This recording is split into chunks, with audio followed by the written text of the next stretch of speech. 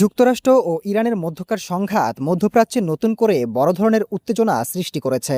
এক সপ্তাহের ব্যবধানে তৃতীয়বারের মতো ইরানের সামরিক স্থাপনাগুলোতে ব্যাপক হামলা চালিয়েছে যুক্তরাষ্ট্র। এর পাল্টা জবাবে উপসাগরীয় অঞ্চলে থাকা মার্কিন সামরিক ঘাঁটিগুলোকে লক্ষ্য করে ড্রোন ও ক্ষেপণাস্ত্র হামলা চালানোর দাবি করেছে ইরান।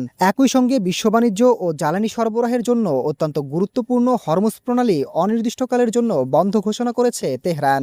বিশ্বের প্রায় 20% জ্বালানি পরিবহনের এই নৌপথ বন্ধ হয়ে যাওয়ায় আন্তর্জাতিক বাজার, আঞ্চলিক নিরাপত্তা এবং বৈশ্বিক অর্থনীতি নিয়ে নতুন উদ্বেগ সৃষ্টি হয়েছে।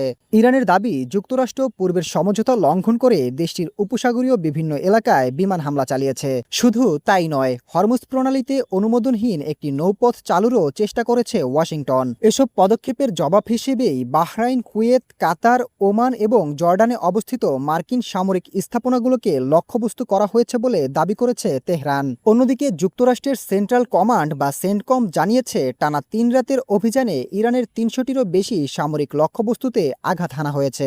এসব লক্ষ্যবস্তুর মধ্যে ছিল ক্ষেপণাস্ত্র, ড্রোন ঘাঁটি, নৌবাহিনীর সক্ষমতা বৃদ্ধির অবকাঠামো, গোলাবারুদ সংরক্ষণাগার এবং রাডার কেন্দ্র। যুক্তরাষ্ট্রের দাবি, ইরানের সামুদ্রিক হামলার সক্ষমতা দুর্বল করতেই এই অভিযান পরিচালনা করা হয়েছে।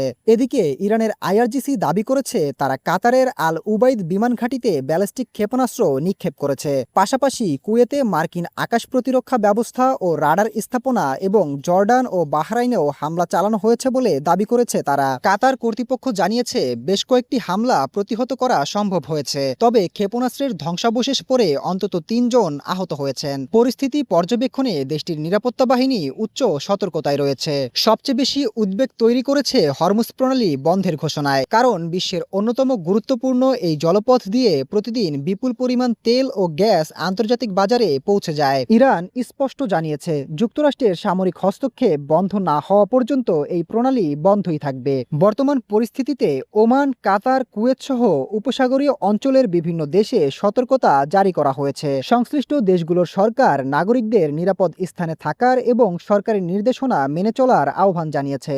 বিশ্লেষকদের মতে, মধ্যপ্রাচ্যের এই সংকট এখন এমন এক সংবেদনশীল পর্যায়ে পৌঁছেছে, যেখানে সামান্য ভুল সিদ্ধান্ত বা অনাকাঙ্ক্ষিত ঘটনা পুরো অঞ্চলকে আরও বড় সামরিক সংঘাতের দিকে ঠেলে দিতে পারে। ফলে বিশ্বের দৃষ্টি এখন মধ্যপ্রাচ্যের দিকে, আর সবাই অপেক্ষা করছে পরিস্থিতি কোন দিকে মোড় নেয় তা দেখার জন্য।